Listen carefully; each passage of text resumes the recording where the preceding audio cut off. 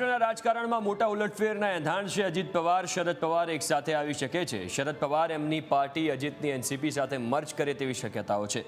જો શરદ પવાર અજીત પવાર એક થઈ જાય તો એનડીએમાં વધુ 8 સાંસદ જોડાઈ શકે છે. આવી સ્થિતિમાં લોકસભામાં એનડીએના જે સાંસદો છે એમની ટોટલ સંખ્યા 300 થઈ શકે છે.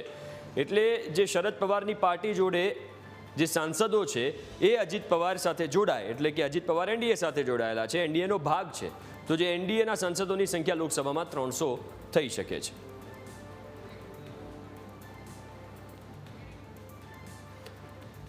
તો એનડીએમાં વધુ 8 સાંસદો એડ થઈ જશે જો શરદ પવાર છે એ અજીત પવાર સાથે એક થઈ જાય, કારણ કે બંને પાર્ટીઓ અલગ થઈ ગઈ હતી, જેમાં અજીત પવાર જોડે મુખ્ય એનસીપી નો જે હોદ્દો છે એ ગયો હતો.